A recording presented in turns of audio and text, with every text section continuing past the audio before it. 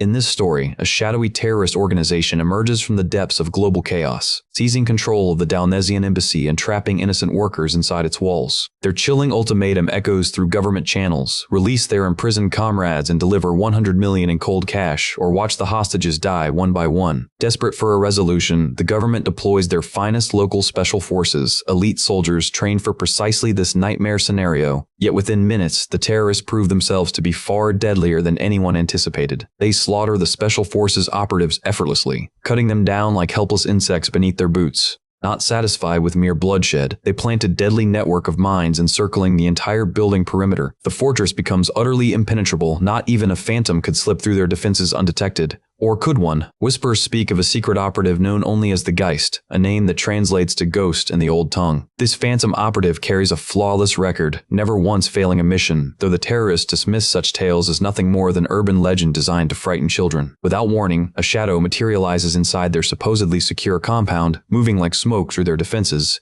Within moments, 5 entire squads of heavily armed terrorists fall to the ground, their lives stolen by nothing more than a single blade flashing through the darkness. Bullets fly in desperate volleys, yet somehow every shot misses its mark. The phantom moves as if he can see the future itself. One man watches from the shadows, confessing his twisted admiration. Witnessing this deadly performance never grows old, no matter how many times he's seen it unfold. The man approaches Geist with reverence, declaring himself a devoted fan of the living legend. The soldier capable of annihilating 10,000 enemies single-handedly without breaking a sweat. But Geist's voice cuts through the flattery like ice, warning the man not to mistake killing Geist the ghost for an easy task. Then the man's tone shifts, casually mentioning that he rescued the child Geist had discovered earlier. That single revelation ignites something primal within Geist. Rage floods his veins like liquid fire. The man observes with disappointment how anticlimactic the death of this legendary warrior will be. Time fractures. Geist awakens, surrounded by impenetrable darkness, his mind struggling to grasp where reality has taken him now. Memory crashes back with brutal clarity. That man shot him point blank in the skull, yet consciousness persists. How? The rage still burns in his chest like a living coal, refusing to let this be his final chapter.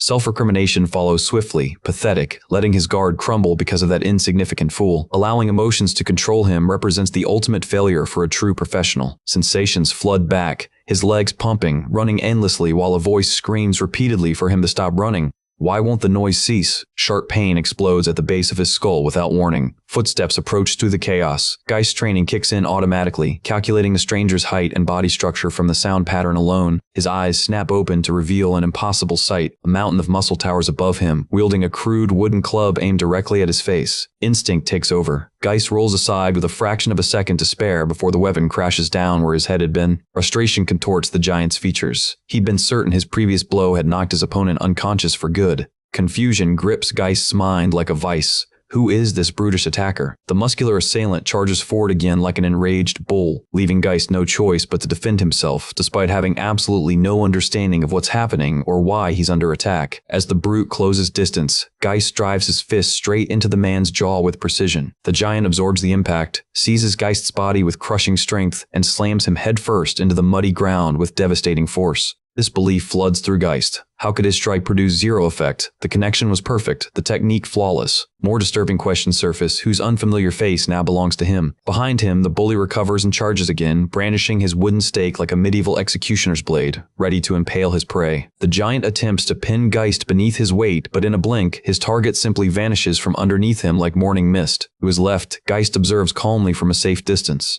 The muscular attacker lunges with another wild punch, but Geist's body flows around the strike like water. A horizontal swing of the wooden stake follows. Again, Geist evades with minimal movement. Understanding dawns, the brute's attack patterns are embarrassingly simple and predictable, making dodging almost effortless. The real problem? This unfamiliar body refuses to obey his commands with the speed and precision his mind demands. Strategy must evolve. Pure evasion won't secure victory in this weakened state. Geist scoops up muddy water from a nearby puddle and hurls it directly into his opponent's face, momentarily blinding him before scrambling up a nearby tree. Gasping for air after such minimal exertion, Geist realizes with dismay that this body's previous owner neglected physical conditioning entirely. First priority, understand the situation surrounding him. The memories replay like fragmented film, that man with the grating voice shooting him through the skull. And now he inhabits the flesh of some unknown young man whose identity remains a complete mystery. The uniform provides a crucial clue. High school, but which school, which city, which country even? Scanning his surroundings reveals a park nestled among office buildings, the landscape triggering vague recognition somewhere deep in his subconscious. He recalls seeing Japanese characters emblazoned across the blonde attacker's shirt earlier. Could this possibly be Japan? Two mysteries demand answers. Why has his consciousness been transplanted into this frail adolescent body, and what drove that blonde giant to hunt him so aggressively? Before long, the persistent brute locates his position among the branches and begins his clumsy ascent toward his prey. Upon reaching Geist's level, the massive teenager growls that escape is impossible this time.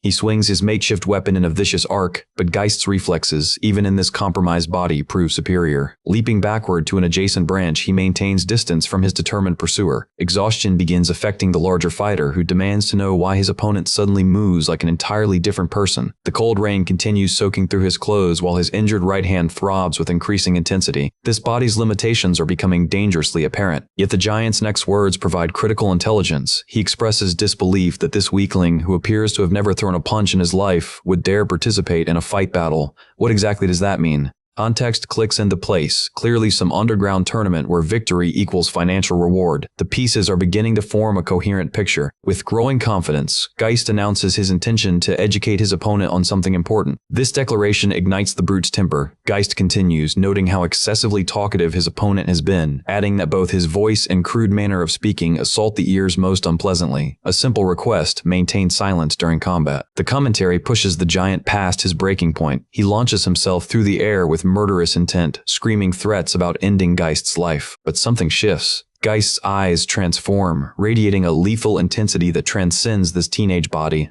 For reasons he can't articulate, primal terror suddenly grips the charging brute's heart. His desperate swing cuts only empty air as Geist sidesteps with surgical precision. In a twist of fate, tangled vines snare the giant's ankle mid-leap, leaving him dangling upside down from the tree branch like a caught fish. Panic floods his voice as he demands an explanation. Geist explodes forward, driving his knee upward with calculated force, connecting squarely with his suspended opponent's face and painting the rain with crimson. Through waves of pain, the bleeding giant struggles to comprehend what just happened, questioning whether Geist somehow set a trap in mere seconds. Geist explains the obvious. Knowing the brute would climb made preparing this simple vine trap elementary. The challenging part was ensuring the target walked directly into it without suspicion. Realization crashes over the giant. Every insulting word was deliberate provocation, designed to cloud his judgment with rage. Moving with purpose, Geist retrieves the fallen wooden stake and positions its sharpened end against his captive's exposed throat, his voice cold as winter as he demands comprehensive answers about his own identity and the reasons behind this unprovoked assault. Genuine confusion crosses the giant's bloodied features. What kind of nonsense is he spouting? He reminds Geist that joining the fight battle meant accepting all consequences. Whole, Geist repeats his demand, explaining precisely what fight battle means. When silence stretches too long, Geist increases pressure with the stake, prepared to puncture flesh.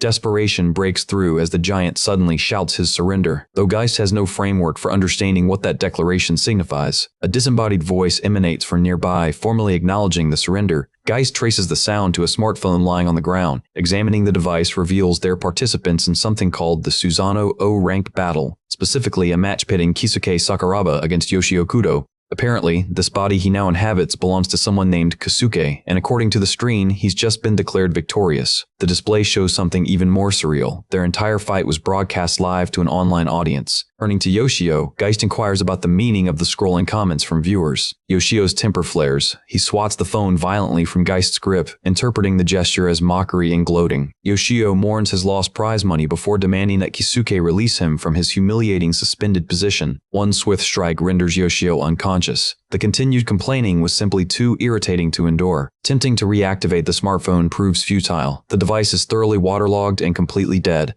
Later, examining Kisuke's personal belongings brings the horrifying truth into sharp focus. His consciousness has somehow merged with another person's physical body. The student ID card confirms that Kisuke Sakuraba is only 17 years old. But who was this teenager before Geist's arrival? Despite countless unanswered questions swirling through his mind, he resolves to visit the address printed on Kisuke's student identification card, hoping to gather more intelligence about his current situation. His path takes him through the Izumi shopping district, and a strange nostalgia washes over him. Japan truly never changes, does it? A woman's terrified scream shatters the afternoon calm as a thief tears her purse from her grasp and bolts down the crowded street. The criminal sprints directly toward Geist, who finds himself thinking that Japan was supposed to be one of the world's safest nations until he fully comprehends his bizarre circumstances. Drawing unnecessary attention seems unwise, better to keep moving and avoid entanglements. As the thief rushes past, something instinctive takes control. Geist's hand shoots out, clamping around the criminal's arm like iron. The stolen purse tumbles from the thief's grip, clattering onto the pavement. While shock paralyzes the criminal, Geist pivots smoothly, using the man's own momentum to slam him face first into the unforgiving ground, and immediately transitions into a submission hold, twisting the thief's arm backward at an agonizing angle while pinning him firmly to the earth, completely immobilizing the would-be criminal. As combat instinct takes hold, that familiar lethal aura radiates from Geist's frame, an invisible pressure that makes the air itself feel dangerous.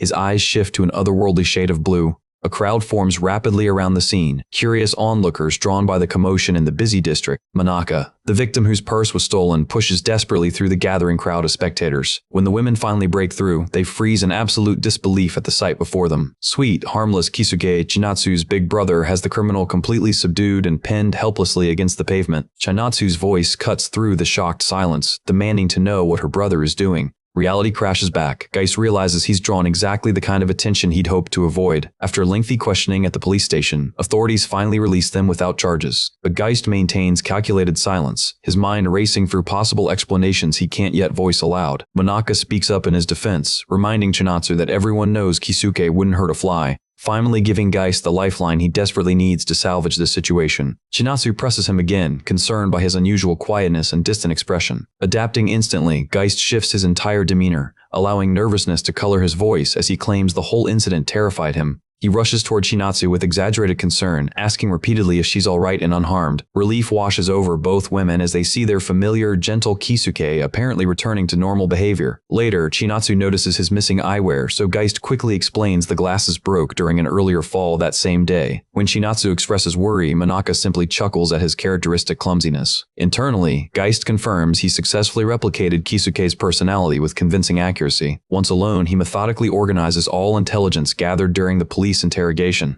The information reveals that the older girl is Manaka Nanase, 17 years old, Kisuke's childhood friend and a classmate at the same high school they both attend. The younger girl is Chinatsu Sakuraba, 13 years old, and Kisuke's beloved younger sister. Apparently, the Sakuraba family consists solely of these two siblings, their parents having passed away some time ago. Earlier that day, Manaka had been grocery shopping for dinner alongside Chinatsu when they encountered the purse snatcher's attack. Cross-referencing personal items discovered in Manaka's recovered bag provides additional context. Geist learns that Kisuke is genuinely kind-hearted and deeply devoted to protecting his sister.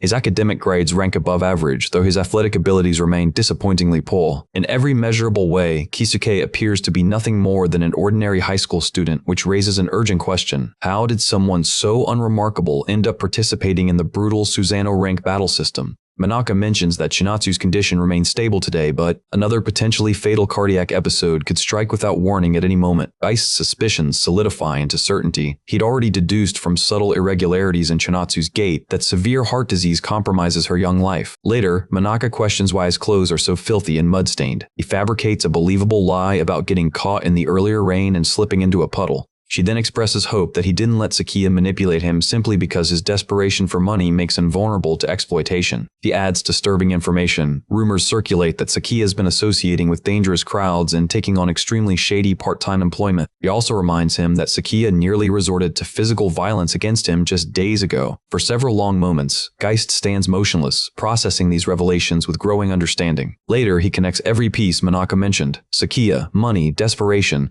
and the puzzle finally begins revealing its complete picture. That night, he dedicates hours to carefully repairing his water-damaged phone, reasoning that this Sakia individual must have orchestrated everything, inadvertently entangling Kisuke in criminal activities beyond his comprehension. Success. The device finally powers back on after his meticulous restoration work. Shock hits him when he discovers the Susanoo rank battle icon prominently displayed on the home screen, the same distinctive emblem that adorned the lapel of the man who murdered him in his previous life. He connects the phone to a computer, attempting to hack into the application's encrypted systems. Fortunately, the laptop at his disposal is merely consumer-grade equipment with limited capabilities. He confirms the app definitely serves as the official platform for Susanoo events. They likely utilize it to capture footage and broadcast every brutal match to their hidden audience. But the haunting question persists: why does this icon match the badge worn by his killer? He still cannot establish any logical connection between his former identity and Kisuke's mundane existence. Yet coincidence seems impossible. His death and Susanoo must be intertwined somehow. The correlation runs too deep to ignore. The man who executed him definitely operates behind this application's shadowy infrastructure. Online forums reveal conflicting opinions about Susanoo's legitimacy, with several participants expressing extreme wariness about its true nature. Susanoo functions as an underground battle tournament where participation rights are granted by installing an application obtainable only through dark web channels.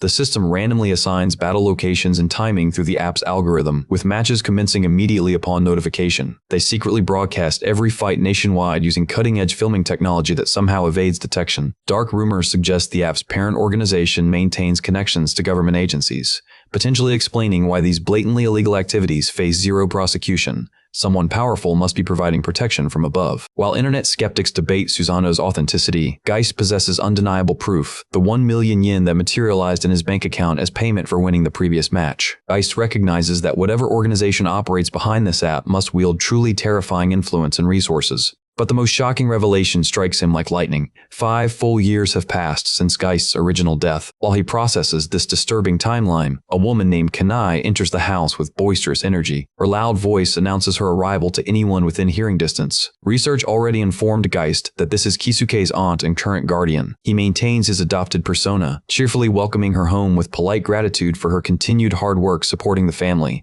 Instead of responding normally, she launches herself at him enthusiastically, insisting he drop the formal honorific from her name. She begs him to call her Kanai-chan instead, claiming that formal address creates an emotional wall between them that breaks her heart. Geist persistently uses Kanai-san while warning her that excessive noise will wake Chinatsu, who's resting in the bedroom. Eventually, Kanai reassures him not to worry about Chinatsu's mounting medical expenses because she intends to handle all financial burdens personally. Mid-conversation, she suddenly notices his missing glasses. As Geist searches for a plausible explanation, she declares he looks remarkably handsome without them, playfully joking she'd request a date if only she were a few years younger. Geist moves to check on her physical condition. She complains of feeling unwell and slightly nauseous, while assisting her to somewhere more comfortable. Geist's attention snaps to a sudden notification illuminating his phone screen. The next battle match has been assigned. The following day, Saturday, Geist makes deliberate modifications, cutting his bangs short so they won't obstruct his vision during combat and permanently abandoning the glasses. Suki apparently suffered from poor eyesight before Geist assumed control of his body, yet Geist discovers his vision now functions at peak performance levels.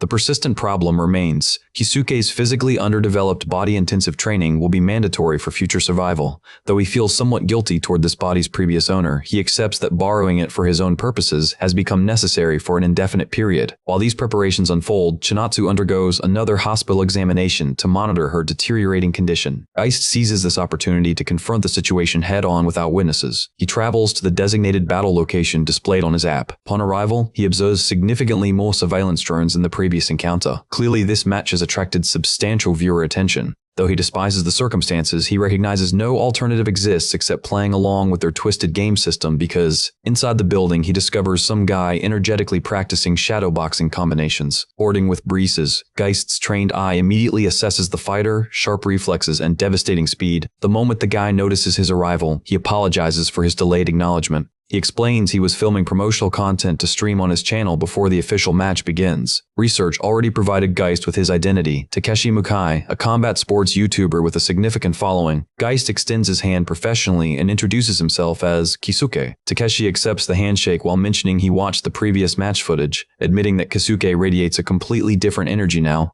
He questions whether they're genuinely the same person. With growing intrigue, Takeshi observes that Kisuke seems remarkably mature for a high school student, wondering aloud if perhaps he's simply imagining things. Geist recognizes that Takeshi possesses dangerously sharp observational skills, exactly what one expects from a former professional boxer. According to online information he uncovered, Takeshi once competed as a professional boxer, a highly skilled fighter who achieved 15th place in the World Heavyweight Division rankings. But years ago, tragedy struck when his opponent died during a match sponsored by a major corporation, the so-called ring tragedy, that forced his retirement from professional competition. Geist studied archive videos of Takeshi's past matches, observing his style, an in-fighter boxer who excelled in explosive agility and devastating close-quarters combat. His signature technique involves closing distance instantaneously with a perfectly timed right hook.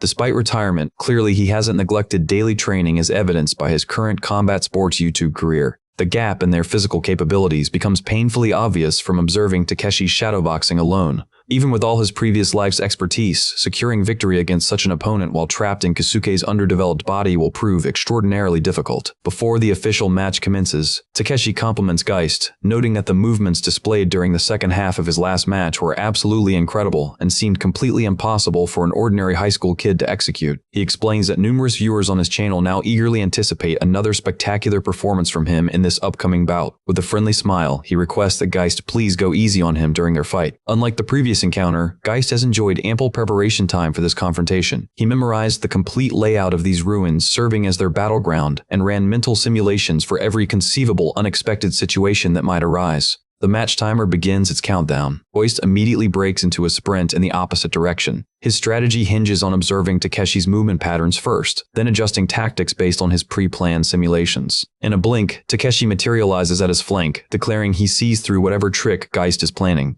The sheer velocity stuns Geist. This opponent moves even faster in actual combat than shadowboxing suggested. A cold realization strikes. If Takeshi closes the gap completely, his superior close combat expertise will end this fight decisively. Geist attempts to flee in another direction, but Takeshi calls out confidently that no amount of running will match his overwhelming speed advantage. With dark humor, Takeshi jokes that his comments section will turn hostile if they don't exchange actual blows soon, then launches a devastating punch toward Geist's position. Geist barely evades the strike, though the punch's incredible speed still grazes him painfully. Genuine surprise flashes across Takeshi's face that his opponent managed to dodge that attack. Without hesitation, he commits to another assault. Geist recognizes the telltale setup. Takeshi's signature right hook approach, getting hit by that technique would spell absolute disaster. Takeshi unleashes his notorious right hook with explosive force, but shock paralyzes him when Geist successfully blocks the devastating strike. Disbelief colors his expression. Blocking his hook at such dangerously close range should be impossible. Respect creeps into his voice as he admits that Geist possesses genuine skill. He quickly retreats several steps, calculating that Geist must be concealing some hidden advantage. Because those defensive movements mirror techniques from his own professional boxing career, Geist knew absorbing that hook directly would have ended everything.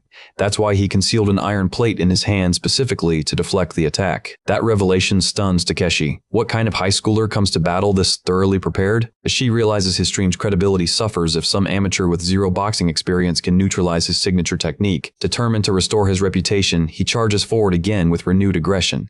Yet again, Geist interposes his iron plate, blocking the assault. Frustration builds in Takeshi's chest. He transitions into rapid-fire combinations, both fists flying in synchronized fury. While Geist desperately attempts to block the onslaught, he recognizes the punches arrive fast and brutally heavy. Here, defensive posture becomes his only option. No openings present themselves for counterattack. At this brutal pace, Keisuke's fragile body cannot endure much longer. Meanwhile, Takeshi acknowledges internally that Geist proves tougher than anticipated, meaning his viewer engagement points won't increase as planned. Time to unleash a secret tactical variation. Takeshi telegraphs another signature right hook approach. Geist raises his guard to block, but the attack serves merely as misdirection. Takeshi's left hook crashes into Geist's chest instead, exploiting the opening perfectly. The impact makes him stagger backward dangerously.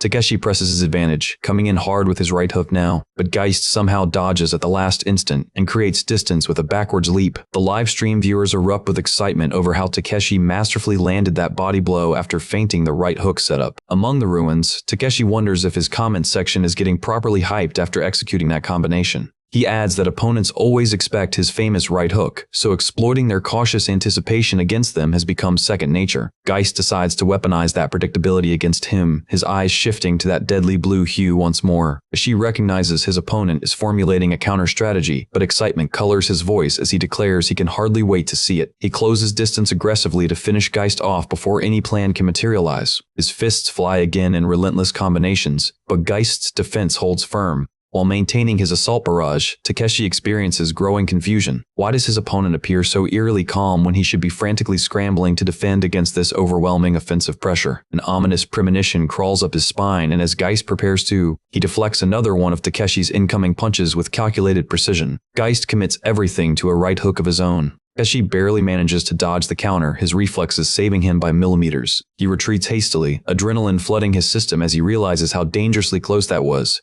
He cannot believe Geist pulled off such a maneuver. A haunting question echoes in his mind. Who is this mysterious opponent really? Tension grips his entire body now. He redoubles his offensive assault, throwing combinations with increased desperation. Geist maintains his defensive stance, internally lamenting that he'd hoped to land that previous strike, but Kisuke's body simply couldn't match the necessary speed. The realization crystallizes: this body approaches its absolute limit, and the next opening might represent his final chance to secure victory. While throwing punches, Takeshi senses his opponent strategizing even under this relentless pressure. But confidence remains. Geist cannot possibly master his right hook pattern just from deflecting it once. Suddenly, Geist slips Takeshi's latest punch with perfect timing and launches his own punch straight toward Takeshi's exposed face. Shock registers as Takeshi realizes Geist didn't attempt deflection this time. He committed to a full counter. This tactical choice allowed Geist to harness Takeshi's own momentum, compensating for the raw punching power that Kisuke's underdeveloped body fundamentally lacks. During his extensive review of Takeshi's archived match footage, Geist identified the recurring pattern behind many of his career losses. Specifically, premature stamina depletion from overusing those wide, speed-dependent right hooks. So when Geist observed Takeshi's increased perspiration and increasingly ragged breathing, he recognized the telltale signs. The explosive sharpness of his speed had diminished significantly. That deterioration made landing the perfect counterblow achievable even in Kisuke's limited body. Takeshi remained sprawled on the ground for several agonizing moments. Eventually, he struggles onto his hands and knees. Tremors racked Takeshi's frame. Clearly, he sustained serious damage from that counter, but determination ignites within him. He refuses to lose in this desolate place. Fueled by that burning resolve, he launches into another desperate right hook. Geist attempts to raise his defensive arm. Horror strikes when his limb refuses to respond to neural commands. The accumulated damage and exhaustion have finally overwhelmed this body's capacity. Worse, he recognizes his critical error, underestimating Takeshi's true capabilities. Meanwhile, Takeshi's internal voice screams that losing isn't an option. Victory is mandatory for his family's sake. He must prevail here. Sasana.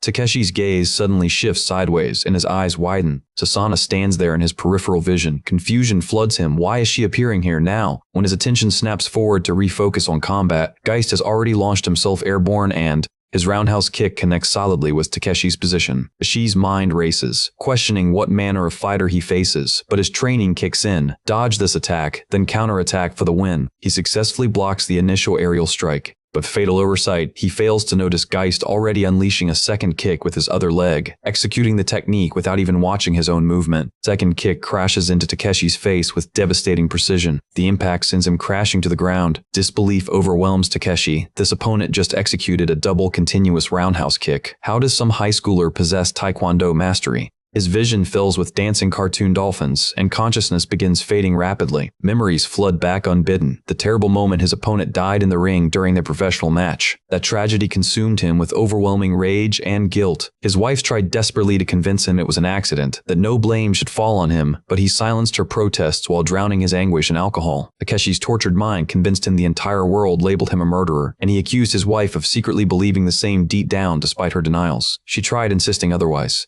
but he ordered her out of his sight. Several years passed before he started his streaming channel, hoping videos might help him overcome the crushing despair and regret. Eventually, he received correspondence from his wife containing a handmade charm that Sasana had created specifically for him. Her innocent hope that Daddy could achieve his dream of becoming world champion. That simple charm brought Takeshi more profound joy than even his championship belt ever had. From that moment, he dedicated himself to building fame and earning substantial money, determined to reunite with his family again. In the present, Takeshi lies motionless on the cold ground, unable to summon movement. The system announces Geist as the official victor. The live commentator erupts with frenzied excitement over the shocking upset, Takeshi losing to some seemingly weak high school student. Geist retrieves the fallen charm from where it landed, and recognition strikes him. He would have almost certainly lost if Takeshi hadn't inexplicably hesitated at that critical moment. The opening strikes true. Two devastating roundhouse kicks in rapid succession, each one wide and brutal, connecting with deadly precision. A flicker of confusion crosses his mind. What exactly had Takeshi been fixating on during those crucial moments? Then, scanning the perimeter, his gaze locks onto an unexpected figure, a girl standing motionless in the shadows. Her voice cuts through the tension. Why are you doing something like this? The question hangs in the air, demanding an answer. Recognition hits like a shockwave.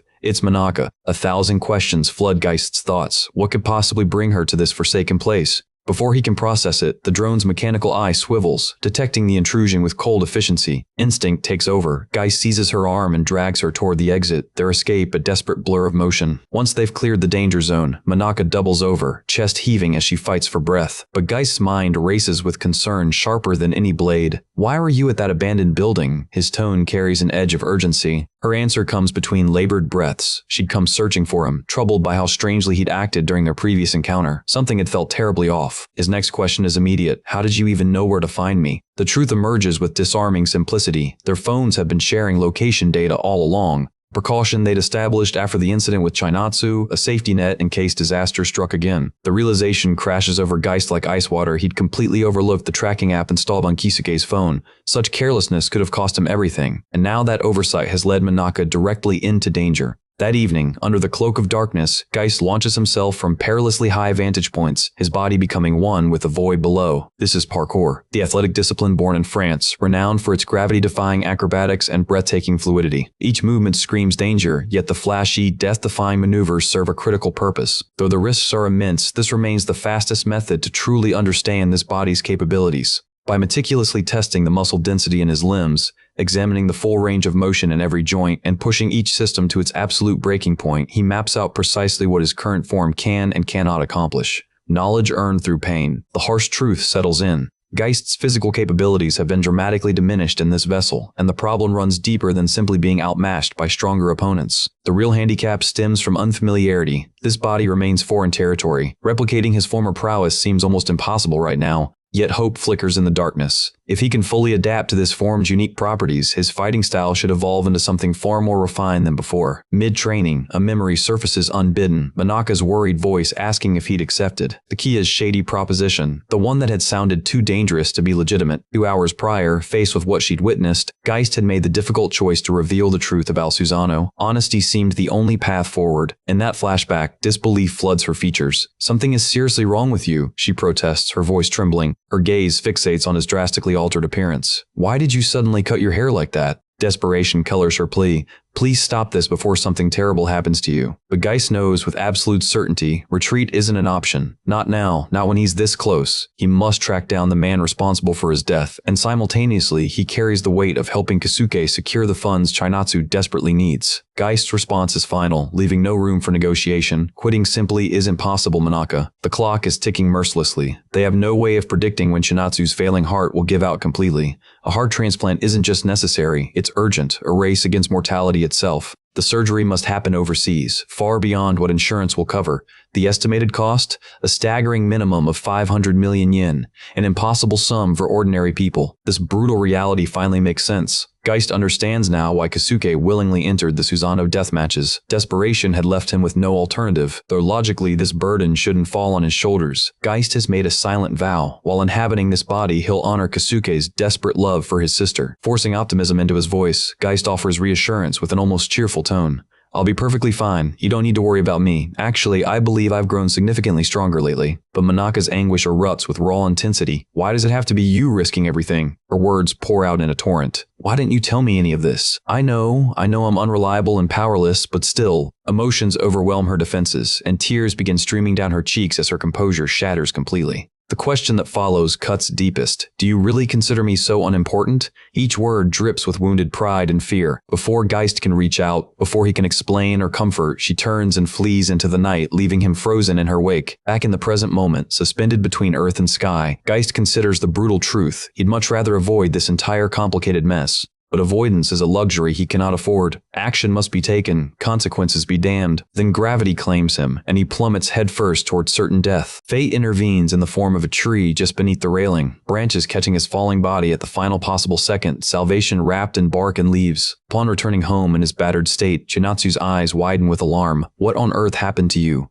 He deflects with practiced humor. "Would you believe I tripped again?" But Chainatsu sees through the facade instantly. "Did you fight with Manaka?" The question catches him completely off guard. How could she possibly know? Her explanation comes simply. "I called her earlier, and she sounded absolutely devastated about something." A knowing smile crosses Chainatsu's lips as she ventures a guess. "I bet Manaka told you that your new hairstyle doesn't suit you at all, though, honestly, I think it looks kind of wild and untamed." He adds with affectionate exasperation, having such a hopeless big brother really does make a little sister worry constantly. The words trigger something deep within Geist. A memory of his own little sister surfaces, her voice echoing across time. You're completely hopeless without me, you know. His body goes rigid, lost in painful nostalgia. Chinatsu notices immediately, hey, what's wrong? Shaking off the ghosts of his past, he apologizes quietly. Chinatsu's response is gentle but firm. Don't apologize to me. Apologize to Manaka at school tomorrow. And so the next day arrives, bringing with it the weight of unfinished conversations. Walking through the school grounds, his eyes find her instantly. Manaka, looking thoroughly dejected, her usual brightness dimmed to almost nothing. He moves to intercept her path, to finally bridge the painful gap between them. But before words can form, an unfamiliar voice intrudes. Yo, what's with that new haircut? Geist's mind scrambles. Who is this person? The stranger radiates classic bully energy, his smirk predatory as he probes further. Think you look cool or something? Without invitation or permission, the guy's hand clamps onto Geist's shoulder. Let's go have a little chat, shall we? Moments later, Geist finds himself dragged to the isolated area behind the school building. The guy's tone shifts, becoming almost conversational. Gotta say, I didn't expect you to actually win 2 fights in a row. Understanding crystallizes instantly. This must be him, the one who lured Kasuke into Susanoo's deadly arena. Sakiya Yuji. Self-satisfaction drips from Sakiya's voice. I'm feeling pretty damn proud as the guy who brought you in, you know. Before this confrontation, Geist had taken precautions, hacking into the school's database to compile a comprehensive profile on Sakiya. The data painted a predictable picture: poor classroom behavior, excessive unexcused absences, textbook delinquent patterns. According to the school's underground website, Sakiya's reputation among students ranges from fear to outright hatred. The list of alleged crimes reads like a rap sheet: robbery, extortion, trafficking illegal substances, and facilitating dangerous part-time opportunities for desperate students. Rumors persist of him leading a small but vicious criminal organization. Yet despite his high-profile activities, law enforcement has never successfully touched him. The question lingers: why? One anonymous post on the website offered a chilling theory. Word is, Sakiya is protected by some insane underground organization. That's why the cops can't lay a finger on him. Could this mysterious power be the same entity orchestrating Susanoo? And more critically, what's Sakiya's precise connection to these shadowy puppet masters? When Sakiya registers the prolonged silence, his grin widens with predatory amusement. What's wrong? You scared already? Forcing lightness into his tone, Geist responds with false cheer. So, what can I do for you? Sakiya's answer comes with brutal directness. This is about my cut, obviously. The shakedown begins in earnest. You only earned that cash thanks to my introduction, so naturally you owe me my share as gratitude. That's how this works, kid. Sakiya lays out the math with casual menace. D-rank fights pay 1 million per win. You've won twice. That's 2 million total sitting pretty in your pocket. Then comes the generous offer, delivered with theatrical magnanimity. Tell you what, since it's your first time, I'll give you a discount. Just 1.8 million yen. How's that sound? Geist affects shock convincingly, his protest sounding appropriately shaken. I can't possibly. But internally, the puzzle pieces snap together. So this is why Sakiya summoned him here, nothing more than a crude money grab. The revelation is almost disappointing, just another petty thug. The assessment forms quickly. Sakiya lacks the sophistication to be genuinely connected to that mysterious organization. Time to call his bluff and see what cards he's really holding. Without warning, one of Sakiya's lackeys pipes up with a suggestion that freezes the blood. Hey boss, why don't we take Manaka as payment instead? Girl's got a nice body on her. The thug's leer grows more obscene. Honestly, I'd prefer that over cash any day. Something primal ignites within Geist. His hand shoots out, fist closing around the man's shirt collar. Horror and confusion war within him as he realizes his body is moving entirely on its own, driven by pure protective rage. The large thug's face contorts with indignation. Who the hell do you think you are? His fist comes swinging with brutal intent. But Geist's counterpunch arrives first, redirecting the momentum with surgical precision and driving the man's face downward into unforgiving ground. The finishing blow lands with devastating finality, one punch, and consciousness abandons the would-be predator. In that instant, the world transforms.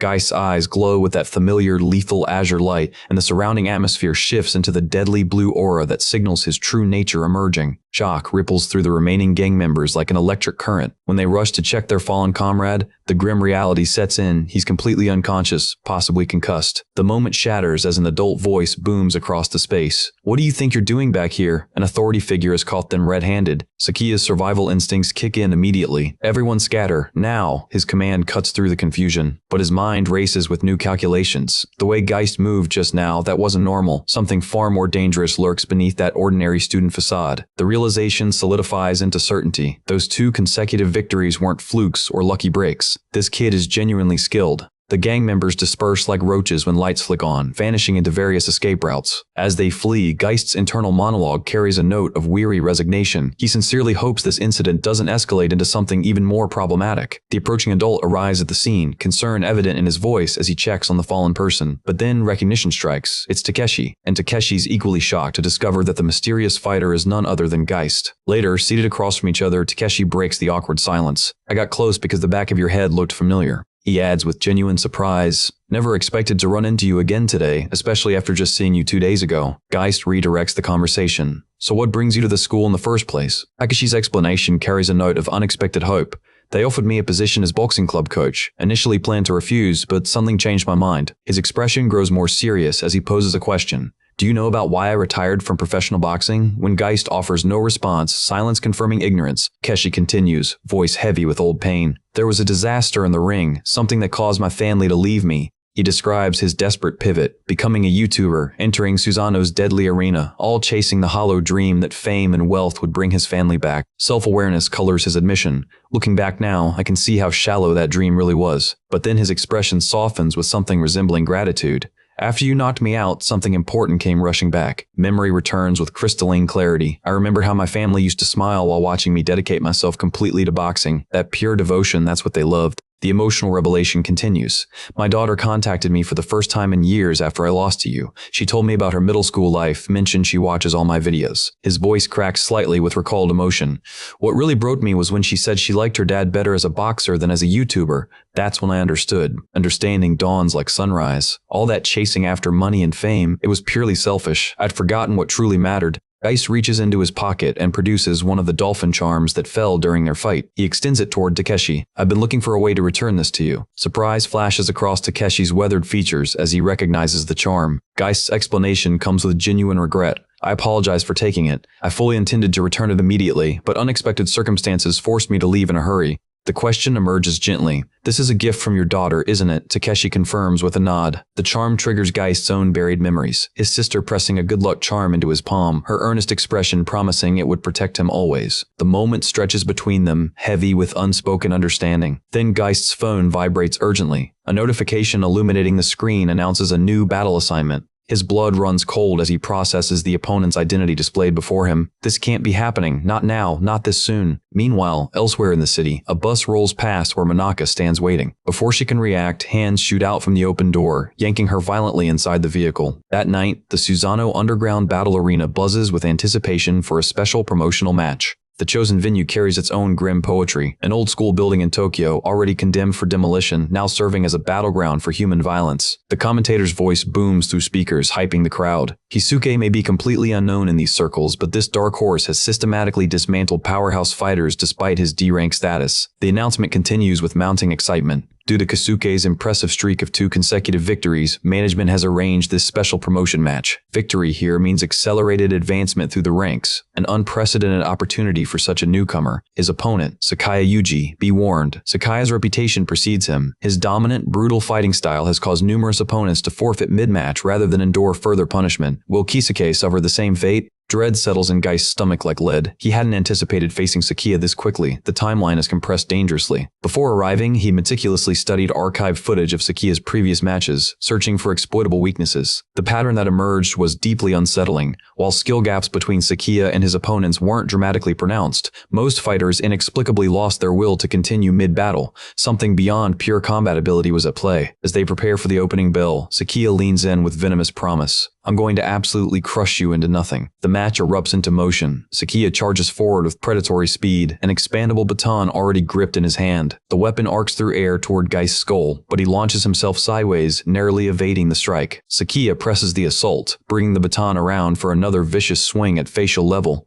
At such close range, dodging should be impossible. Yet impossibly, Geist bends his spine backward in a move that defies normal human flexibility, the weapon whistling harmlessly overhead. Frustration flashes across Sakia's features. "Lucky dodge," he mutters, refusing to acknowledge superior skill. The barrage continues relentlessly, each strike intended to maim or kill, but Geist flows around every attack like water. While maintaining his defensive dance, Geist analyzes his opponent's technique with professional detachment. The form isn't amateur. This is trained kendo, probably black belt level. Sakiya's likely never tasted defeat in common street brawls against untrained thugs. But for someone with Geist experience, child's play. More importantly, he notices something encouraging. The effects of his parkour training are manifesting beautifully. His synchronization with this body grows stronger by the second. Eventually, Sakiya's composure cracks completely, his voice rising with barely contained rage. Just because you got a little stronger doesn't mean you should get cocky, you little shit. Then the true horror reveals itself. Sakiya's accomplices drag Manaka into view, his hands roaming over her restrained form with calculated menace.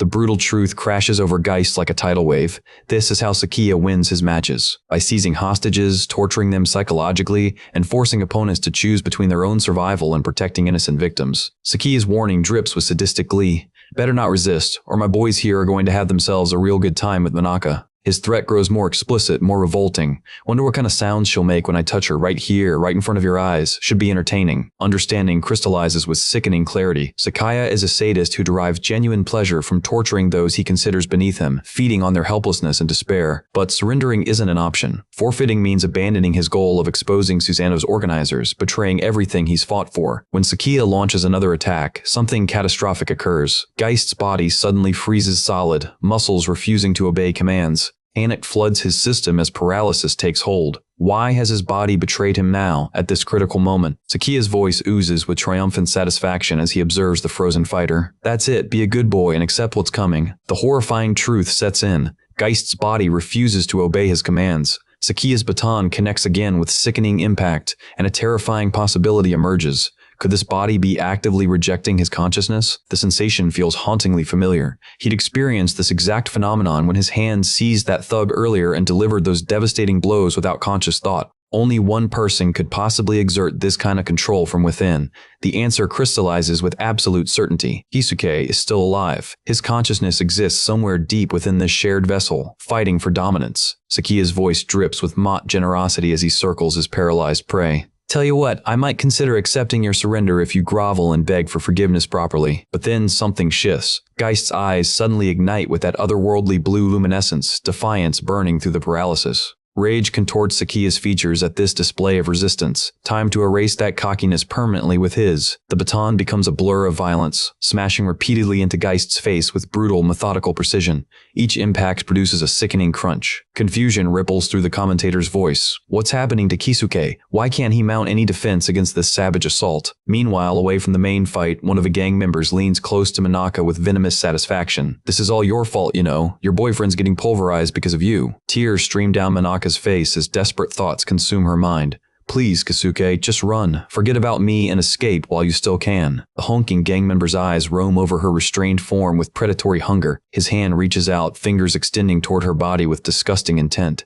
Before contact, another gang member intervened sharply. Wait, you idiot, Sakiya said to save the fun for after, remember? The big one, Chono, protests with obvious frustration. What's the problem with just a little preview? Suzuka, the third member, nods in agreement. Seriously, we always get nothing but scraps after Sakiya takes what he wants anyway. Decision made, Chono begins working at Manaka's restraints, eager to claim his prize before their leader notices. Horror floods through Manaka as understanding dawns. These monsters intend to violate her right here, right now. The moment her bonds loosen, survival instinct kicks in. She bolts for freedom with every ounce of desperate energy. But her escape attempt ends abruptly at a window that refuses to budge, the mechanism jammed or locked. Footsteps close in rapidly. Chono's mocking laughter echoes through the space. You moron, this is the 4th floor. Where exactly did you think you were running to? His voice grows darker with twisted anticipation. Gotta say though, chasing down a girl who's trying to escape? That's a real turn on. The third guy interjects nervously. Dude, Sakiya's gonna beat you senseless for this later. But Manaka isn't listening. She finally forces the 4th floor window open with desperate strength. Her eyes lock onto a drain pipe running down the building's exterior. Without hesitation, she climbs out and begins her descent. Shock registers across the gang members' faces. Holy shit, she's gonna get herself killed. They rush forward, suddenly more concerned with preventing a death than their previous intentions. Manaka continues her dangerous descent, fingers gripping the pipe with white-knuckled determination. Then, with a metallic groan, the upper section begins separating from its mounting.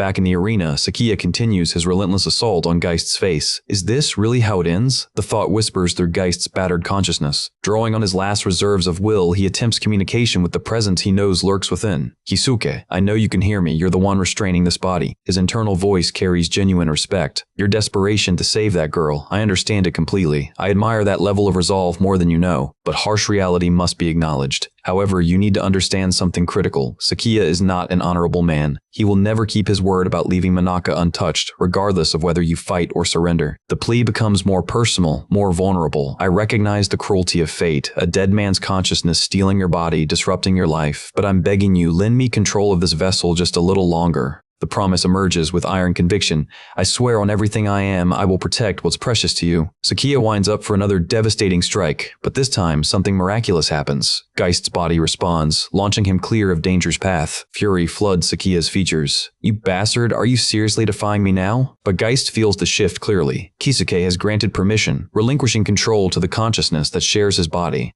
Gratitude and determination merge within Geist's thoughts. I'll keep my word, Kisuke, I promise. Sakiya's threat carries renewed venom. Fine then, I'm done playing nice. My guys are going to completely destroy Manaka. At that precise moment, Manaka's scream pierces the night air. The pipe she's clinging to bends backward under her weight, groaning ominously. Confusion and alarm spike through Geist's mind. What is she doing on that pipe? Without conscious thought, he breaks into a sprint towards Sakiya's position. Sakiya swings his baton in a wide arc, but shock registers when Geist launches himself upward, soaring completely over the attack. Landing with cat-like grace directly behind his stunned opponent, Geist pivots and vaults over the building's railing, throwing himself off the fourth-floor ledge into empty space. The commentator's voice rises to near hysteria. Is he attempting suicide? What kind of desperate move is this? But then the camera captures the truth. Geist's hand grips a fire hose, using it as an improvised rope for his death-defying maneuver. The instant Manaka's pipe snaps completely free from the wall, gravity claims her, pulling her toward the ground far below in a nightmare of freefall. But Geist's arc through the air intersects her trajectory perfectly, his arms close around her body mid-descent, momentum swinging them both to relative safety. Shock and recognition flood her tear-stained face. Kisuke, his response carries equal parts relief and exasperation. You're absolutely reckless, you know that? They touch down on solid ground, the impact jarring but survivable. When they turn to assess the situation behind them, Sakiya stands at the window above, his expression transforming as he realizes his leverage has completely evaporated. Rage overriding strategy, he barks orders at his remaining men. Everyone rush in at once, overwhelm him with numbers. Geist's tactical mind races through calculations. Can he realistically handle 4 opponents simultaneously while injured and protecting Manaka? The odds aren't favorable. The first gang member charges forward with reckless aggression, but Geist's fist intercepts his jaw with surgical precision, sending him crashing into unconsciousness before he registers the impact. An authoritative voice suddenly cuts through the chaos, sharp with official displeasure. Hold it right there. Bringing multiple fighters to interfere with a sanctioned one-on-one match is strictly forbidden. The newcomer's tone demands answers. What exactly is the meaning of this violation? Why have unauthorized persons intruded on what should have been a standard individual combat scenario? Recognition dawns. It's Takeshi, appearing like an avenging angel at the perfect moment. Geist's surprise is genuine. What are you doing here? But Takeshi drops into a combat-ready stance, muscles coiled with lethal intent. Explanations can wait. Right now, we handle this. Suzuka abandons any pretense of fair fighting, producing a switchblade that glints menacingly as he lunges toward Geist with slashing intent. Simultaneously, Chono hefts a metal chair overhead, charging forward with brutal momentum. Hand over the girl or we break you both. Geist's response is pure acrobatics. He launches himself upward, somersaulting cleanly over Chono's head to evade the dual assault. Landing behind his attackers, he shouts urgently to Takeshi, "Get Manaka out of here, run." Manaka's protest comes immediately, voice trembling with fear and guilt. No, it's too dangerous for Kisuke to fight them all alone. But Takeshi's experience overrides her objections. He scoops her up bodily and breaks into a sprint toward the exit. Geist calls after them with genuine appreciation. "I owe you one for this, Takeshi." Manaka struggles against Takeshi's grip, desperation coloring every word. "Let me go. Kisuke is going to get seriously hurt." Takeshi's response cuts through her panic with harsh logic. If you genuinely care about his safety, focus on escaping. That's how you help him right now, by not being a liability he has to protect. The words penetrate her panic, but confusion replaces it. Wait, who even are you? Why were you there? His explanation comes between labored breaths as they run. I owed Kisuke a favor. Plus, I knew his opponent has quite the nasty reputation in certain circles. The pieces clicked together. I was streaming the match remotely, and something felt completely wrong about Kisuke's behavior during the fight. He wasn't attempting to dodge anything, just standing there taking punishment like he was paralyzed or something. That's when I suspected Sakia was using dirty tactics, so I grabbed my car and rushed over here immediately. Reaching the vehicle, Takeshi deposits Manaka in the passenger seat. She makes one final plea, tears streaming freely. "Forget about me, please go back and help him. He can't possibly handle 3 opponents alone." But Takeshi's resolve is unshakable. "This is exactly what Kisuke asked me to do. Trust him." The car peels away into the night, removing her from the danger zone. Meanwhile, Chono raises an iron pipe overhead, intent on crushing Geist into the pavement. But fluid movement carries Geist clear of the strike zone, even as multiple drones capture every angle of the brutal confrontation. In a heartbeat, Geist closes the distance separating them, driving his knee upward into Chono's sternum with devastating force.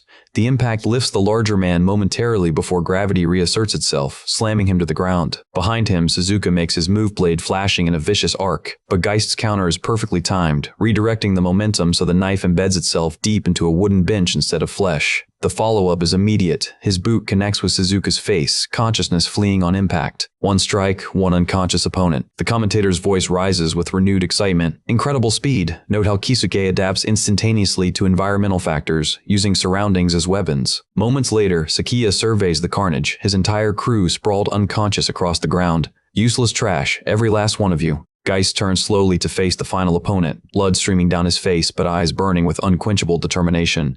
"Looks like it's just you and me now, Sakia, so come on, let's finish this." Provocation drips from every syllable. "What's wrong? Afraid of one injured man? Or did you suddenly transform into a coward once your hostage leverage disappeared?" Rage consumes rational thought. Sakia charges forward with the baton raised, technique abandoned in favor of pure murderous intent. Exactly as Geist intended, he waits patiently as his opponent closes the distance, timing counting down in his mind. The baton descends in a wild overhead smash, but Geist observes with clinical detachment how Sakia's technique has completely deteriorated. Anger has robbed him of precision and control. At the perfect instant, Geist's hand shoots upward, fingers closing around Sakia's wrist mid-swing with iron grip. Then, using his opponent's momentum against him, Geist executes a throw that sends Sakia face first into unforgiving ground. The impact is brutal, teeth clicking together, lips splitting open. Before Sakia can process what happened, he looks up to see Geist standing over him, the confiscated baton raised high for the finishing blow. Moments later, victory is officially declared. The commentator's voice carries all, and Kisuke wins using the legendary weaponless disarm technique. Absolutely masterful. Reality crashes back as adrenaline fades. Geist realizes he needs immediate medical attention. Blood loss has reached dangerous levels. But then bright lights suddenly illuminate the scene, and dread coils in Geist's stomach. This could be catastrophic. He braces himself for whatever comes next, muscles tensing despite exhaustion. Police officers flood the area in coordinated precision, but their target isn't Geist. They swarm Sakia and his gang members instead, snapping handcuffs with practiced efficiency. "You're all under arrest. These are the suspects we've been tracking." They were the real targets all along. Later that evening, in the quiet safety of home, Chinatsu's casual question breaks the peaceful silence. "Hey Kanai, are you working late shift today?" Kanai's apologetic voice carries a note of distraction. "Sorry, I'm right in the middle of tracking down something really important for the story." Concern colors. Chinatsu's response as she gently warns against overwork, but Kanai waves off the worry with casual confidence. Brightening, Kanai suggests a plan that sounds almost domestic. "Hey, how about the 3 of us grab something to eat together when everyone gets back home?" The conversation shifts as she asks about Kisuke's condition. "I heard he took a nasty fall down those park stairs last night and got himself hurt pretty badly." Chinatsu's explanation comes with affectionate exasperation. "Yeah, my big brother came stumbling home absolutely covered in scratches and bruises." Kanai's response carries amused sympathy. "He's always been so clumsy, hasn't he?" Meanwhile, in another part of the house, Geist's attention fixates on the television screen, broadcasting news coverage of Sakia's gang arrest from the previous night. The story has exploded across every major channel, complete media saturation by morning. What strikes Geist as remarkable is the speed of the reporting, detailed coverage appearing less than 24 hours after the actual arrests. Someone wanted this story out fast, but the charges themselves? Those strain credibility even for someone with Geist's experience. According to official reports, this gang of minors had been systematically involved in robbery, sexual assault, drug trafficking, and numerous other serious criminal enterprises. The scope seems almost impossibly broad for teenagers. The detail that truly set media outlets ablaze: Sakia's father holds the position of Deputy Commissioner General within the Tokyo Metropolitan Police, one of the highest-ranking law enforcement officials in the entire nation. Speculation runs rampant across news programs about potential involvement, with talking heads theorizing that this high-ranking political figure might have actively covered up his son's crimes for years. However, something about the narrative doesn't sit right with Geist. The pieces don't quite fit together. A flashback materializes, Geist informing Takeshi about his newly assigned opponent's C-rank status. Takeshi's surprise is genuine and immediate. A promotion match after only 2 fights? That's unprecedented. Confusion crosses Geist's features. What exactly do you mean by that? Takeshi's explanation unfolds the hierarchy systematically. Susanoo operates on a ranking system spanning S rank down to D rank. He continues laying out the structure. Every newcomer begins at the absolute bottom D rank classification. Promotion matches get scheduled based on accumulated battle records and viewer popularity metrics combined. The real revelation comes next, but here's what makes everyone so desperate to climb ranks. Even moving up just one level completely transforms your treatment and privileges. The difference is night and day. Then Takeshi drops the bombshell that makes Geist's blood run cold. C-rank fighters, they get their criminal activities overlooked by police. Complete immunity from prosecution. If this rumor holds even a grain of truth, the implications are staggering. Susanoo's management has infiltrated and corrupted state authority itself, embedding themselves at the highest levels of power. A sobering thought crystallizes. Could the people responsible for his murder wield this magnitude of influence? The news broadcast continues, delving into Sakiya's personal history. Apparently, he'd achieved third place at the National Kendo Championship during middle school and led his training center as top practitioner. But here's where the story takes a darker turn. Despite third place being an objectively impressive achievement, his father, the deputy commissioner, publicly rebuked him for failing to secure first place. In their elite family's twisted value system, anything less than absolute victory constituted worthless failure. That moment marked the beginning of Sakiya's descent into violence and crime. Media psychologists speculate that severe educational abuse within this high-pressure elite family environment directly drove Sakiya towards such extreme criminal behavior. A sad, predictable trajectory. Chinatsu's voice suddenly breaks through his concentration. Why are you watching TV with such an intense, scary expression on your face? Geist forces playfulness into his tone, deflecting her concern. It's nothing, really. She shifts topics with barely contained excitement. Well, I've been calling you for ages. Manaka came by to pick you up for school. I'm so glad you two made up. When Kisuke emerges from the house, Manaka greets him warmly, and they begin their walk towards school together. Geist's concern manifests immediately. Are you truly okay after everything that happened? Her response carries genuine gratitude. I am, thanks to you saving me. She adds an important detail. Takeshi, the boxing club coach, was the one who drove me home safely afterward and made sure I got inside okay. Upon reaching the school grounds, Geist suddenly stops and executes a formal, deep bow of apology as Manaka continues forward. The unexpected gesture catches her completely off guard. Wait, what are you apologizing for? Sakiya and his gang were the ones who did everything wrong. Geist's explanation carries the weight of genuine remorse. I got you dragged into this entire dangerous situation because of my carelessness. He pauses before adding a harder truth. And honestly, quitting Susanoo might not be possible for me right now, even if I wanted to. Manaka's voice trembles slightly as she recalls the trauma. Last night was terrifying, not just because of what those monsters almost did to me, but watching you get beaten so brutally. Her deepest fear surfaces. I keep thinking that someday you might actually die if you continue participating in those underground streaming battles. That thought makes me sick with worry. But understanding dawns in her eyes, softening her expression. However, I can see how serious you are about this. It's the only viable way to save Chinatsu's life, so I won't try stopping you anymore. What comes next surprises him, but in exchange, please let me help somehow. Even though I can't do much of anything useful, I just want to support you, even if it's only in small ways. The offer genuinely stuns Geist, leaving him momentarily speechless. Manaka suddenly realizes they're running late and takes off sprinting toward their classroom building. While rushing through the hallways, an observation nags at her consciousness. Kisuke possesses the same face, identical voice, and similar manner of speaking as always, yet something fundamental feels different about him lately. Her mind conjures the image of how he protected her with such fierce determination the previous night. A disturbing question whispers through her thoughts, is he really Kisuke anymore? Meanwhile, across the city, Kanai approaches a residential door and calls out professionally, "Excuse me, Tokura-san, I'm from Weekly Raime newspaper." She continues through the closed door. "I came by yesterday hoping to speak with you. Would you please talk to me today?" Silence greets her request. When no response comes, she makes a decision. "In that case, I'll just explain everything through the door." Her words take on investigative weight. "According to my research, you once belonged to the Special Forces unit operating under the Ministry of Defense. You participated in the embassy staff rescue operation 8 years ago." She adds a detail that underscores the operation's unusual nature. What makes this particularly surprising is that Japanese Special Forces were deployed to resolve a terrorist incident on foreign soil. But here's where the story becomes truly extraordinary. However, the person who actually resolved that crisis wasn't anyone from the Special Forces or local military personnel. Her voice drops slightly. Instead, it sounds like an almost mythical tale about someone called Geist. From behind the door, Tokura's voice finally emerges with a sharp question. What exactly are you planning to do with information about Geist? Moments later, the door opens. Inside, Tokura regards her with grudging respect. You're quite impressive. Must be an exceptionally skilled journalist to dig up information about Murakumo, considering that unit doesn't officially exist in any records. Kanai wastes no time. Was Murakumo a Special Forces unit specially established by the Ministry of Defense for clandestine operations?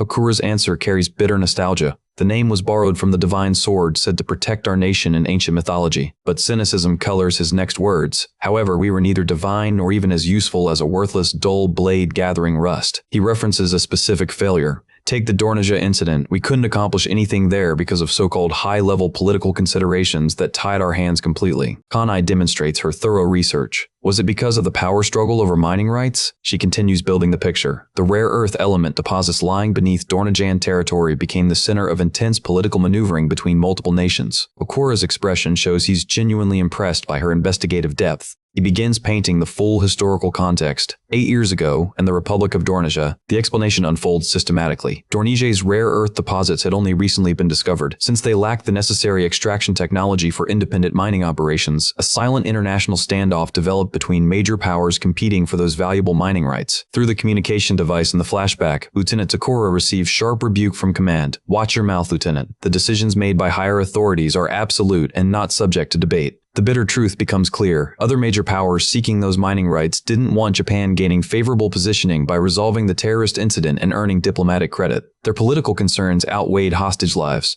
As a result, Tokura's entire unit was forced into agonizing inaction while hostages suffered just meters away within potential rescue range. Orders were orders. Suddenly, one of Tokura's subordinates interrupts with urgent news. Sir, we've re-established communication with the embassy. The report that follows defies all expectations. All terrorists have been neutralized. Every single hostage is confirmed safe and unharmed. Shock reverberates through Tokura and his assembled team. The confusion runs deep. Nobody had received intelligence about another unit launching an assault operation. Then, impossibly, a figure materializes on the embassy building's rooftop. The presence seems almost spectral, appearing like a ghost given physical form. Okura's description captures the essence perfectly. He possessed eyes as cold and emotionless as Arctic ice. Quiet, controlled killing intent wrapped around his entire body like an invisible cloak. His presence was so minimal you could barely detect him even while looking directly at him. Before Tokura could fully process what he was seeing, the man began fading away like morning mist, visible for only the briefest window of time. Back in the present, Kanai can barely contain her excitement. So Geist really existed. He's not just an urban legend. Her enthusiasm pours forth. I'm so grateful for this interview. You're the first person to ever provide direct eyewitness testimony about seeing Geist with your own eyes. But Tokura's expression hardens abruptly. Stop, right now. His tone shifts to something darker, more protective. I didn't let you into my apartment to discuss Geist. I let you in to warn you away from this path. Confusion clouds. Kanai's features. Tokura's warning carries the weight of lived experience. I was once a member of the Ministry of Defense's Special Forces, an elite background that should have guaranteed a successful future. His voice grows heavy with regret. But look at me now. You'll end up the same way. A miserable, unemployed, middle-aged person if you don't turn back from this investigation immediately. The specifics paint a bleak picture. I barely survive month to month in this grimy, cheap apartment, living off dwindling severance pay that won't last forever. Then comes the crucial revelation. And I ended up in this situation because of that guy, because I got involved with Geist. His plea becomes more urgent. You'll meet the exact same fate if you continue trying to get involved with him. Please, for your own sake and for your family's sake, abandon this investigation. As he turns to walk away, Kanai's voice stops him. I acknowledge that certain things in this world are untouchable, dangerous territory that journalists shouldn't enter, but her resolve rings clear as steel. However, I cannot stop this investigation until I've uncovered the complete truth. The reason emerges with devastating emotional weight, because the person who took my sister's life, who murdered her, might have been Geist. The revelation hits Tokura like a physical blow, rendering him completely speechless. His mouth opens, but no words emerge as the implications sink in. Sometime later, in a completely different location, two men in lab coats discuss frustrating results. The progress on our experimental trials hasn't met expectations at all. The compatibility rate with the new pharmaceutical compound varies wildly between different test subjects. No consistency whatsoever. One researcher suggests an aggressive approach. We should push upper management to significantly increase the number of specimens available for testing. His colleague voices another concern that's been gnawing at them. More importantly, why haven't we been able to identify the origin point yet?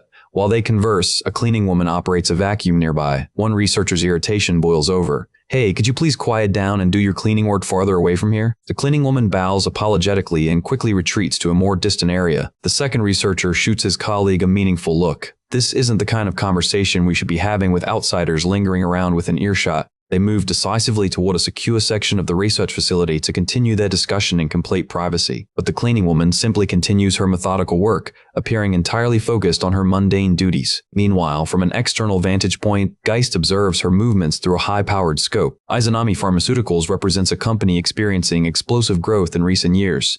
Geist's presence here isn't coincidental. It stems from discoveries made earlier. 5 hours ago, he met with Takeshi to trace the origin points of where their fight prize money had been deposited from. The common thread connecting every payment? This building, Izanami Pharmaceuticals. In the present moment, Geist prepares his infiltration equipment with practiced efficiency. He takes aim and fires a grappling hook that arcs through darkness toward the building's upper levels, the line going taut as he prepares to swing across the gap. If information about the man who killed Geist exists anywhere, searching this building thoroughly might finally provide the answers he's been desperately seeking. Tonight, the hunt continues. Her fingers dance across the keyboard, each keystroke bringing her closer, until finally, success. The blueprint of the military facility materializes on her screen, their next target laid bare in digital clarity. The memory flickers back 7 years. She swivels toward Geist, a knowing smile playing on her lips as he observes, sharp as ever. The words carry weight, familiarity. Amane, he calls her, the name almost reverent. She laughs, tilting her head playfully. Don't be stingy with the compliments, she teases, then adds with a meaningful pause. Besides, with my special hacking tool, Uzume, he could handle this solo. The implication hangs between them, he doesn't need her anymore. But Amane's expression shifts, something deeper flickering in her eyes. Losing my best customer would hurt more than any failed job, she admits quietly. Use the tool, raise your survival rate, even if just by a fraction. The unspoken plea resonates. Stay alive. Geist's gratitude comes simple and sincere. She nods, then her voice drops lower. Beyond that, her hand reaches out, fingers grazing his with unexpected tenderness. It's really no big deal for someone like you. But the moment Geist tenses, discomfort radiating from him, another hand lands firmly atop Amane's head, interrupting the charged atmosphere. What follows is a playful yet spirited argument. Is she still a little girl or not? The question carries years of history neither will fully explain. Amane remains an enigma, an informant of uncertain nationality and age, yet possessing an extraordinary gift for processing information that few in the underworld can match. Armed with the Uzume tool, Geist discovers an anomaly power consumption on the top floor far exceeds every other level. The discrepancy screams secrets. When he breaches the restricted area, rows of capsules greet him in eerie silence. Then his breath catches. There, stamped on one of the capsule pins, that mysterious logo, the same mark worn by his killer. His pulse quickens. Movement explodes from the shadows. Someone rockets past, blade gleaming as it slices toward his throat. Instinct saves him. He launches himself backward, narrowly evading the lethal strike. Landing in a crouch, Geist's mind races. How did he fail to sense the attacker's presence? Even his heightened awareness detected nothing until the last second. The knife work is flawless, economical, a professional's precision. His opponent is no amateur. The attacker surges forward again, blade whistling through air with murderous intent. Something nags at Geist. The movements feel strangely familiar, hauntingly so. But there's no time to process as the enemy closes the distance with frightening speed. The blade arcs toward his vital points. Brilliant light erupts. Someone drops a stun grenade into the chaos. Before his vision clears, hands grip his wrist. The cleaner yanks him with surprising strength, pulling him from the kill zone. She throws him bodily toward a garbage disposal hatch, giving him no choice. They plummet together into a nearby garbage container, landing with a muffled crash among refuse. Idiot! The woman hisses venomously. I had to waste my precious escape route because of you. Her frustration pours out unchecked. 3 months of careful infiltration into Izanami, all for nothing now. The bitterness in her voice cuts deep. A recognition sparks in Geist's mind. He utters her name softly. Amane freezes, genuine shock washing over her features. Minutes later, they're speeding through city streets in her car, tension thick between them. There's no way, she declares flatly, that some scrawny idiot like you is Geist. He grips the wheel tighter. My Geist was better looking, sexier, cooler in every way. The words carry an edge of desperate denial. While she searches for a suitable place to dump this stranger, he speaks a specific sequence, a code only one person should know. Her hands falter on the steering wheel, confusion ripples across her face. The password you gave me, he explains calmly. I used it to download the hacking tool. A pause, then dryly, your Uzume proved invaluable, even if the silly password made me roll my eyes. The casual dismissal of her security measure. Something only the real Geist would say. Amane stares at him, utterly dumbfounded. Could it be? First love, she demands, voice sharp. Tell me the name. He does, without hesitation. Still not enough. The song I played at my own funeral, what was it? Her voice cracks slightly. Before he can answer, she fires another question. The last digits of the password, what do they mean? His response makes her scream. Modest perhaps, but undeniably genuine. The steering wheel jerks wildly as emotion overwhelms control, the car swerving dangerously. In their shadow world, terrorism and military conflict rage as global constants. But even ghosts need anchors. Information brokers like Amane, gunsmiths, suppliers, these select few form the only people permitted to know a ghost's true identity, a sacred circle of trust. Later, inside a dimly lit subway station, Geist asks after Yuan. Amane's answer comes heavy. The old gunsmith's dead. Olivia Blitz? Stephen Licht? More names from his past. Dead. The CIA operative and her 2 subordinates all gone. The realization hits like physical blows. 5 years. Most of his helpers erased in just 5 years after his assassination. Mane's voice turns hollow. Almost everyone tied to you vanished. The pattern becomes clear to Geist. They eliminated him, then systematically hunted down everyone connected to his network or forced them to join his killer's organization. How are you still breathing? He asks pointedly. She smirks without humor. I'm not easy to kill. Then she adds something that shifts the weight in his chest. One more person linked to you survived. Tokura, the Japanese curry girl, remember? Hot-blooded, straightforward. You had a soft spot for her. Amani's expression darkens. After you died, they claim she embezzled funds. Got her fired. Meanwhile, across the city, Kanai steps out of Tokura's modest house, unaware of being discussed. In the subway depths, Amani continues, voice firm with conviction. No way Tokura stole anything. Too honest for her own good. She was framed, had to be. Finally, Amani guides them to the hideout, a place that exists off every grid. She collapses dramatically onto a bed, exhaling relief.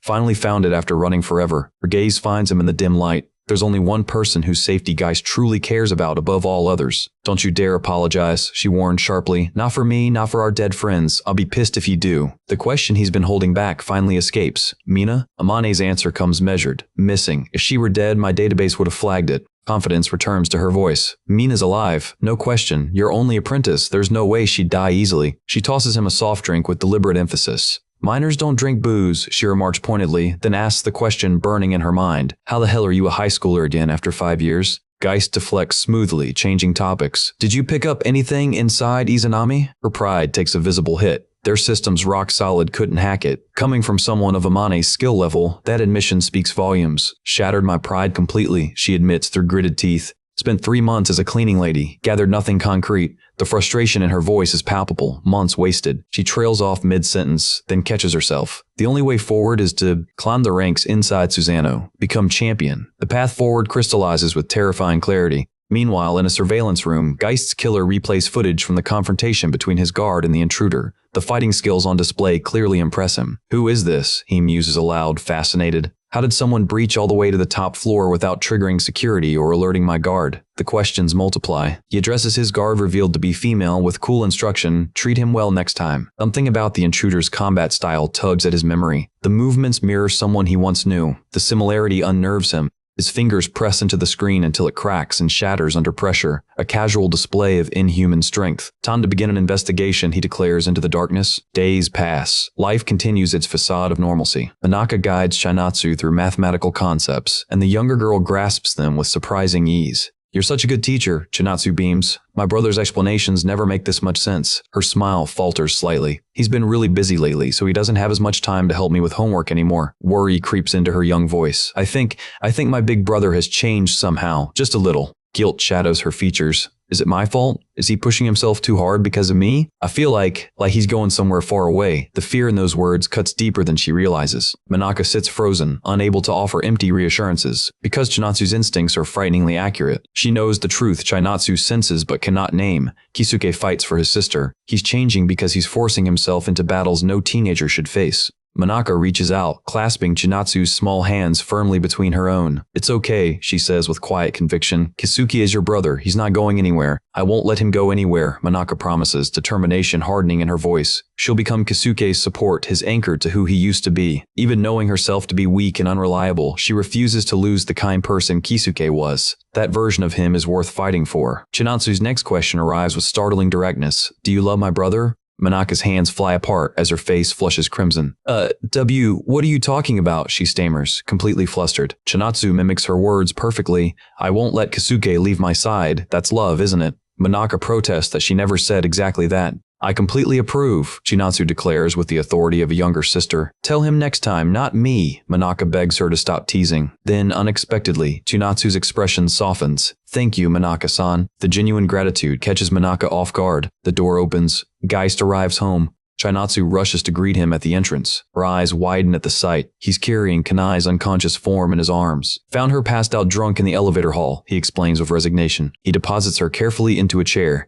Interview must not have gone well today. Kanai begins mumbling through her intoxication, rambling about some fool who just mopes around forever. She rants about a narcissistic pretty boy who claims he won't get involved with anyone anymore. Then she tries warning Kisuke not to become a loser always hung up on the past like that person. Geist can't decipher who she's referencing, so he focuses on removing her shoes. The incoherent warnings continue as he works.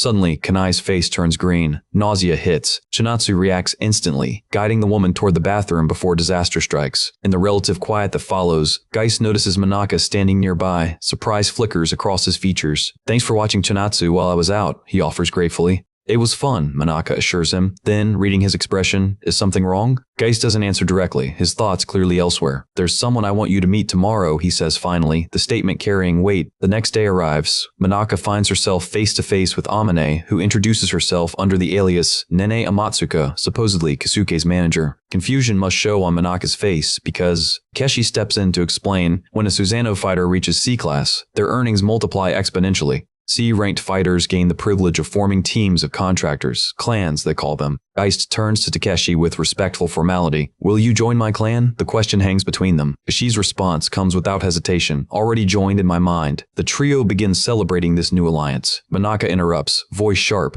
"Who exactly is Amane-san?" Geist hesitates. "It's kind of a long story." Before he can elaborate, Amane embraces his arm intimately. "We're tied together by common fate," she purrs. Manaka's shock is visible. "Kisuke, what's going on?" Manaka demands, but his phone chimes with a notification, cutting off any explanation. He checks the screen, and everything else fades. His next opponent has been decided. Meanwhile, in the back room of a sumo wrestling center across town, 3 large men attempt to push one opponent backward. He doesn't budge even slightly. Their confusion is evident. Does Raishindo have roots growing from his feet? How else could someone remain so immovable? Raishindo's manager enters with news. His next opponent has been determined. He learns his match is against a highly anticipated super rookie, someone promoted to C rank in record time.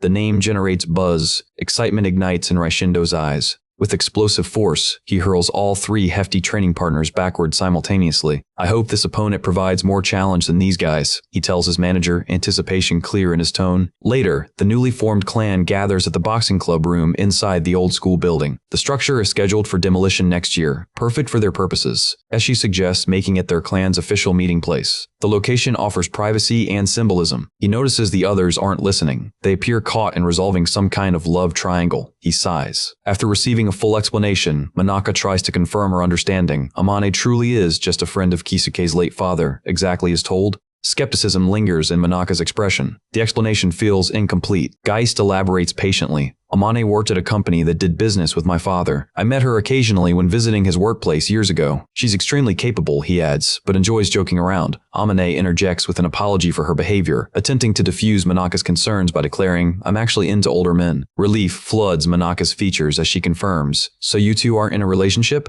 Amane observes how visibly relieved the girl becomes, so innocent, so fun to tease. Just like the old days. But then Manaka makes an observation aloud. "Well, it makes sense. Amane-san looks about twice our age." The comment strikes like a dagger. Amane spins around, face full of indignation. Geist quickly tells Manaka to drop it, but the girl seems genuinely confused about what she said wrong. Takeshi interrupts before the situation escalates. They begin cleaning the dusty boxing club room together, working in companionable silence. While working, Amane murmurs quietly to Geist, "We'll start making mistakes in our cover story if we add too much detail." The night before, they discuss their strategy moving forward. In Geist's memory, he tells Amane his plan, become Susanoo's champion. Then he asks if she knows what happens when someone reaches that position. Amane's answer comes carefully measured. Management grants the champion any wish, according to street rumors at least. She explains the mythological connection. In Japanese legend, Izanami and Suzanami and child deities. "I've obtained information confirming both companies are connected," she reveals. Drawing from her infiltration experience at Izanami, she believes credibility exists in their ability to grant wishes.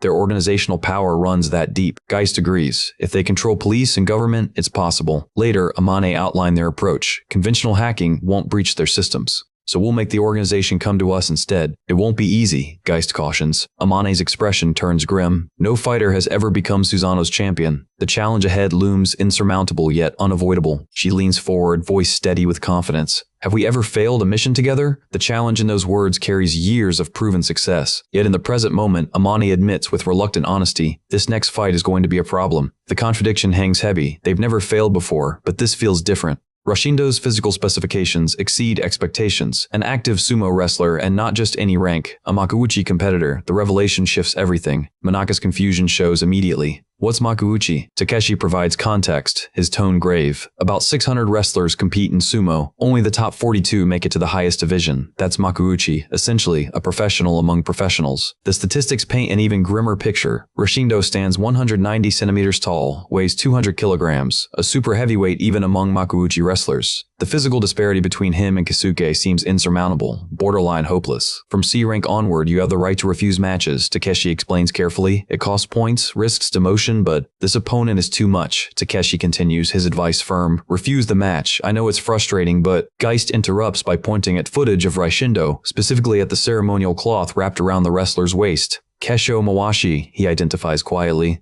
Surprise ripples through the group at his recognition. I'll take the match, Geist declares. Takeshi's shock is immediate and visceral. Meanwhile, across town, Kanai relaxes at home watching a sumo match on television. Geist enters the apartment, genuine surprise crossing his features. You're home early. Kanai greets him warmly, explaining she took a paid day off. I was hoping we could all go out for dinner tonight. The suggestion carries tentative hope. Can't move right now though, she admits with a self-deprecating laugh. Had a bit too much to drink.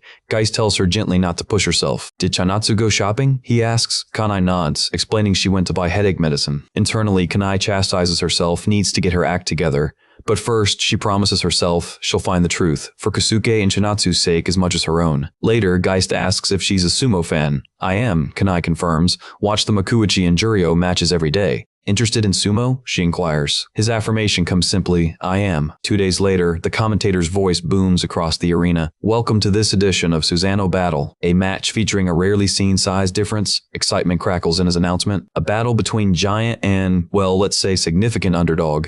Can Keisuke defeat the towering Raishindo? The question hangs over the crowd. Meanwhile, Raishindo surveys his opponent with dismissive contempt. Just a skinny kid? This so-called rising rookie? He plans to snap that scrawny body in two. The match will begin shortly, the commentator announces to mounting anticipation. Raishindo doesn't wait. He charges explosively, slamming into Geist and lifting him completely off the ground. Regret challenging the great Raishindo in your next life, he roars, carrying the smaller fighter like a rag doll. Complete shock registers on Geist's face. Then he crashes into the ground with brutal force. The commentator conveniently ignores that the match hadn't officially started yet. Instead, he launches into enthusiastic commentary about the sheer power behind Raishindo's throw. Through his earpiece, Raishindo's sponsor demands he give viewers a better show for increased view counts. It's not over yet, Raishindo responds, voice cold with certainty. No impact, he observes with professional assessment. The little punk dodged my charge. Moments later, Geist rises to his feet, shaking off the attack. Through the communication line, Takeshi admits with visible relief he worried that might be the end. He analyzes aloud. You jump back at the moment of impact, canceled out most of the charge's force. Geist confirms he's slightly dizzy but still combat ready. Even Raishindo acknowledges surprise that a novice managed to dodge effectively. The sumo wrestler charges again with devastating intent. This time, Geist evades completely, movements fluid and precise. When Raishindo spins back to locate him, Geist's kick connects cleanly across the wrestler's face. But shock floods through Geist when Raishindo doesn't even flinch. Merely jokes that a bug seems to have landed on his cheek. The attack left him completely unscathed, not even a mark. Back in the arena, Raishindo charges again. Geist runs clear, mind racing, blows to the head won't work on this wrestler. The realization narrows his options dramatically. The force behind a Makuuchi wrestler's charge measures approximately 1 ton. Raishindo misses Geist during his charge, instead slams into a nearby truck, completely destroying that side of the vehicle. Metal crumples like paper. Makuuchi wrestlers absorb charges like these to the head for 15 days straight during every tournament, the equivalent of surviving a car accident daily. Takeshi reflects on Keisuke's greatest strength, reading opponents' movements, using their momentum against them for devastating counters. But the physical difference renders that advantage almost meaningless here. Raishindo lunges to grab Geist. He dodges by the narrowest margin imaginable. The wrestler is remarkably fast for his massive size. One solid hit could end everything. That knowledge sharpens Geist's every movement. To his shock, Raishindo successfully locks arms with him, no escape. 4 different techniques, Raishindo announces casually before executing a throw that sends Geist hurtling face first toward the ground. Takeshi's voice cuts through the communication channel urgently. Don't resist, just let yourself be thrown. The instruction seems counterintuitive, but Geist trusts completely. He allows himself to fall. Mid-descent, he executes a perfect somersault, using the momentum to slip his arm free from Raishindo's grip. Creating immediate distance, Geist hears Takeshi's concerned inquiry through the earpiece. I'm okay, wasn't slammed into the ground thanks to you, Geist confirms. Hurt the left side of my chest, he admits quietly, but that's a small price compared to the alternative. Raishindo materializes in front of him, curiosity replacing contempt. Who are you exactly? Eat more chanko, bulk up properly, he suggests with unexpected camaraderie.